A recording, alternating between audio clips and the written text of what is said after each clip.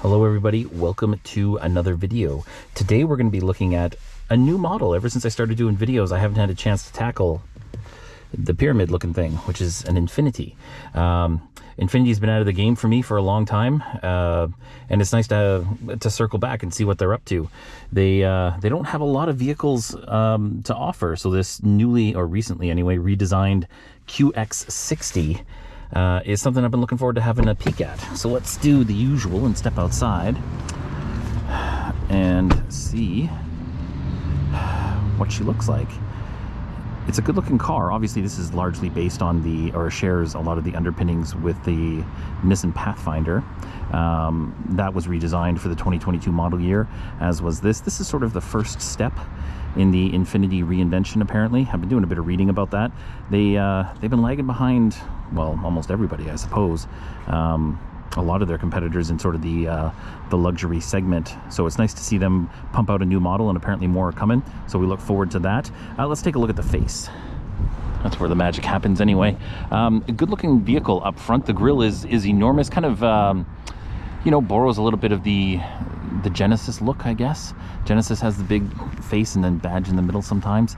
I like that. I like these faux vent things on the side. The headlights are nice and sleek. Yeah, kind of like it's squinting at you. It's good. I like it a lot. It has a pleasant shape. It has these chrome bits. Sometimes they look a little dated. It works in this car. It's kind of sandwiched between chrome because we've got it along the edge here. And what they've included, which I rather like, is Infiniti embedded into it right there. I like that. I also like in this Autograph trim level. Oh, the names they give trim levels. You get the two-tone, the black top. You can only have that in the top shelf Autograph trim level. So there you go. We also get 20-inch rims, if I remember correctly, which look really good. There a lot of scrubbing involved in keeping those clean. You'll have to forgive the condition of this vehicle. It got a little muddy, and I do not have a chance to clean it before I have to give it back. So in the rear end, it does share kind of an overall general shape with the Pathfinder, but enough change that you know, you don't automatically go, oh, that's a rebadged Pathfinder. So that's good. At least it's not the exact same thing. One thing they have opted for here, and I don't know how much you can see, is they have gone for the hidden tailpipes. Excuse me, I'm going to adjust the camera here just a touch. Sorry, I can cut this out. So what they've done is they've tucked the single tailpipe, it must be noted, under the rear fascia. And they've kind of tricked it out with these little pieces, which look like, from a distance, twin tailpipes, but of course they're not. They're just plastic nonsense. It's a bit of a shame, actually. I don't know why they're doing. Anyway, I'm not going to complain about that. Since we're back here, let's have a look at the rear cargo. Push. Where's the button? There it is. You can also kick to open the rear, which works quite well in this car. I'll put this headrest up. Weirdly shaped headrests in the third row of this car. We've got, sorry for the chair, it was for something else I was working on earlier today, but you can see the cargo area is quite small. This is a 6-seater arrangement, so two, and then two way up front. This is a mid-sized 6 or 7 seater, depending on your spec, and it doesn't leave you a lot of space in the back. There's no arguing that. One thing it does include, I'm just going to lug it up here, and I really like this, is sort of hidden storage down here. Sorry, my garbage is in the way. That's cool if you have something you need to keep secure and you just don't want anybody snooping. Tuck it in there. Looks good. This also, you can fold the third row. You have to fold it down manually. No, that's not it. That's just what you hold on to. You pull that. Pardon me. That drops. Come on. Oh yeah, you got to drop the headrest. My bad. There you go. So we'll drop the headrest. Drop that. So there it is. That's with the third row folded down in case you need more space. What is nice about this thing is that you can hit these buttons and they come back up electrically. Why they don't fold down electrically is not a question I'm going to waste any time on right now, but they do. So there you go. That's the third row. Well, third row cargo area anyway. It's nice, actually. It's not, at least they come back up automatically. I like that. Having to mess around up front there trying to push the seats back, it's a nice addition. Sorry for the truck noises. Let's have a peek at the second and third row. So I'll start with the third row. So access, always access, isn't it? You actually have to get down here and press this little button, and it kind of slides and kneels the seat. That's your access point. It's not bad. Certainly designed for kids more than anyone else. You also have this interesting little pad here for whatever. And that's it. You got cup holders and power here, which works. And yeah, that's it. It's for the kids, and it's effective. Yeah, why not? It's okay. You do not get the quilted leather back here in the third row, as I noticed. That was interesting. You get it in this autograph trim is when you get, I'll push this back, this interesting quilted and piped leather interior, which is nice. I don't like quilting per se, but it look, you know, it's nice. It seems like nice quality. But they don't pop for it in the third row, because who cares about the third row? Speaking of second row, I'll slide in behind myself here and shut the door to spare us all the road noise. And I'm behind. This is not my driving position. That's preset, and I didn't bother to change that. This is somebody who's a little longer of leg than I am, probably 6 foot, and there's still sufficient leg room. I like it. It's good. You get in the autograph trim, which is the top shelf trim, you get captain's chairs. So look at that. They've included autograph in the leather. How convenient. So you get the 2 captain's chairs, you get the center console. Sorry for the Tupperware, that's where I had my sandwich. Cup holders, environmental controls, lots of power. You get a full, is it 120 or whatever it is, 120 volt outlet in the back, which is cool. And yeah, it's nice actually. I forgot to open the sunroof. My apologies, the panoramic sunroof no less. I'll get to that when we reach the front. But it's nice. You also get window shades back here. Very more useful than you might imagine. I like that. So there you go. That's the second row. It's quite nice. Let's see what the front seats bring us.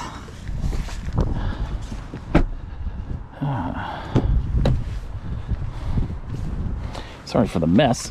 I was in a couple of gravel areas today, and I dragged it all into the car, of course, because I'm an idiot. So this is the front seat. And when you start the car, start button right there, which I kind of like actually. You get your Infiniti startup, you get the spinny thing, which I think is shared with the Pathfinder. And here we find out if I turned off my phone or not. Turn that down. There we go. So we get a this brown, I can't remember what the name of this brown is.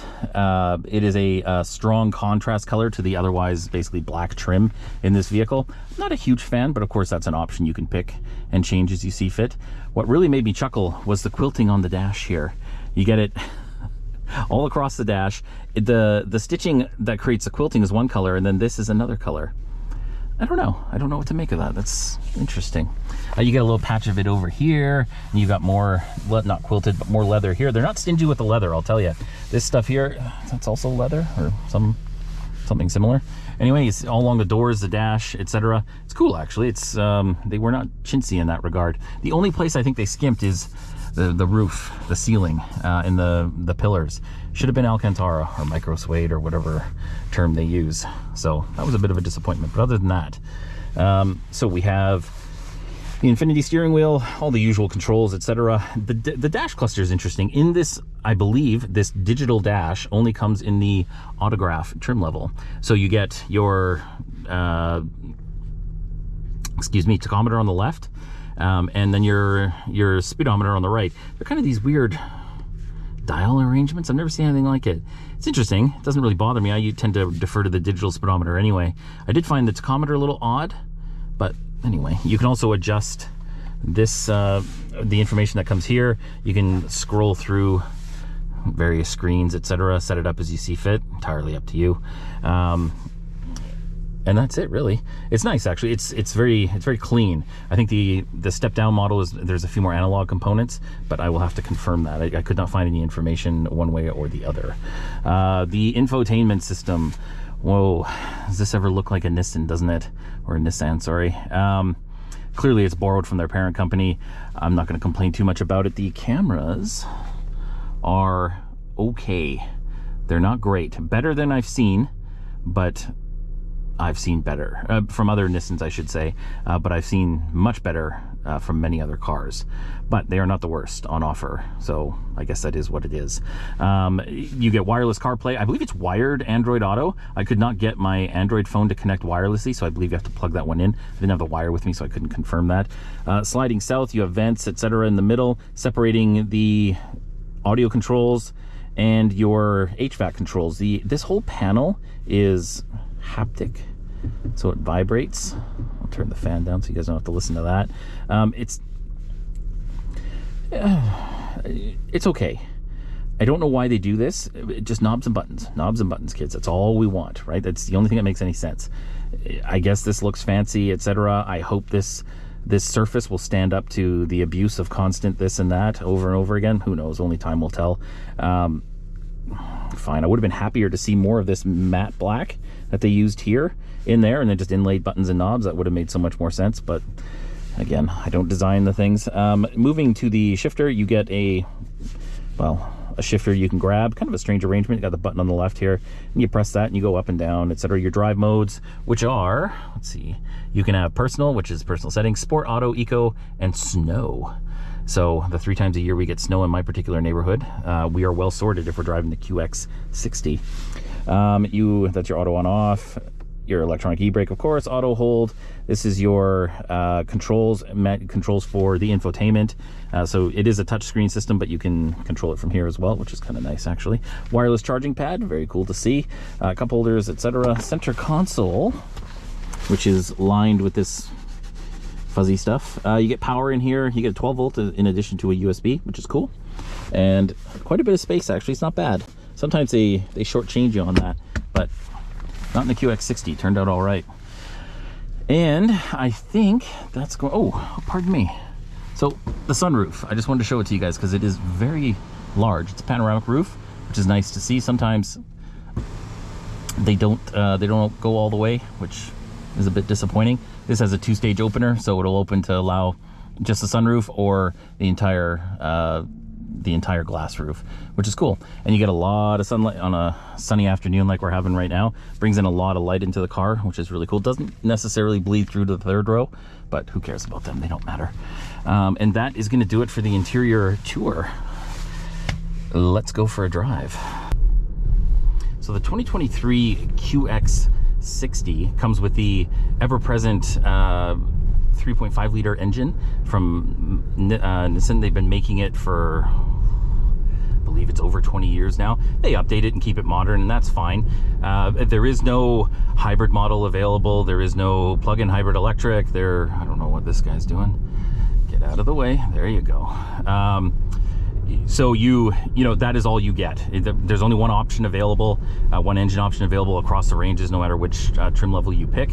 So that is what it is. All the models sold in Canada come with all-wheel drive. Another beautiful choice. I like that idea. And you get, for your 3.5 liters, 292 horsepower and 270 some odd pound-feet of torque. It is not and it's all mated, I should say, to a 9-speed auto. They ditched the CVT when they redesigned this car, which is a super good idea, and allows us to focus on the positives of this vehicle other than concerning ourselves with when the transmission is going to explode. So this driving experience is not electric. It doesn't have enough power. It doesn't put it down in any way that you would go, ooh, this is fun. But again, that's not really what this thing's for. This is a family hauler. It's supposed to be comfortable, give you, a pleasant driving experience, and this vehicle does that. So visibility in the QX60 is very good. There are no major blind spots, etc. Shoulder checking's easy, all those sorts of things. The only problem you have is visibility out the back window, and that's obstructed by those headrests in the third row. Now, of course, you can fold them down. I happen to have left them up all day long just to sort of remind myself to talk about them. So when those are up, because you may have noticed when we were back there, they're quite pronounced and they sit up quite high, so it leaves you a little rectangle to look out. It does give you you do get to look directly behind you, which is nice, but they are an obstruction if you're looking for a wider field of view. So remember to leave those down when you're not using the third row. The 2023 Infiniti QX60 sort of finds itself in the mid-sized luxury SUV segment of the market, and that is, like so many SUV segments, quite crowded. There are a lot of options in this end of the market, and the Infiniti certainly has its work to do, not just because of the struggles the brand has had, but simply because of the intense level of competition. The QX60 stacks up fairly well, even though it doesn't have all of the sort of powertrain options that you might be expecting in some of its more modern competitors. But the trade-off is, and this is the real pièce de résistance with this car, is that it is very well priced. When you look at most of its competitors, whether it be the Acura MDX, you could do the Lincoln Aviator, what else is there? There are the German offerings, etc. Almost none of them, well, none of them, period, are as well priced and as well equipped. Most of them really sort of begin where this one tops out. The price point for this starts at $57,000 Canadian, and for this Autograph trim level, you're looking at right around 71. You know, the Lincoln Aviator, as an example, starts at 71 and goes up from there. And that's without any of the plug-in hybrid electric stuff or anything. So, and the Acura MDX, it starts around the same price point, but if you want all the equipment, etc., you're looking at significantly more dollars. And I mean, there's just infinite trim levels of that vehicle. It's incredible. So, and the Germans, I mean, same thing. You're looking at a lot more money. So that is kind of, if you're looking for a vehicle that hauls 6 or 7 people in comfort, and you get the, you know, the appeal of a luxury brand name, then this is something you should seriously consider looking at. Fuel economy's been decent. It's a nicely trimmed interior if you like quilted leather, and it really does present very decent value for money when you compare what it's when compared to its competitors on a dollar for dollar value. So the Infiniti QX60 kind of marks the beginning, hopefully, of a resurgence of the Infiniti brand. I can't recall if I mentioned it earlier, but currently there are only 4 models on offer from Infiniti, and they run in separate dealerships in the whole 9. So they've got their work cut out for them to really sort of catch up to their competitors. It feels like they've been a little left behind. I don't know exactly what's been driving that. Maybe they've been focused on their European expansion. I don't know. But we've been left without anything to really get passionate about from Infiniti over the last decade or so. So hopefully they continue to improve their cars in the same vein as they've done with the QX60, and yeah, give us something to invest in. I look forward to what comes next. I guess that's going to do it for us today and for the Infiniti QX60. Thank you very much for joining me. I have enjoyed my very brief time with this car, and hopefully you guys enjoyed the video. Like, subscribe, all that stuff, should you feel fit to do so. If not, no big deal. And we will talk again soon. Have a great day.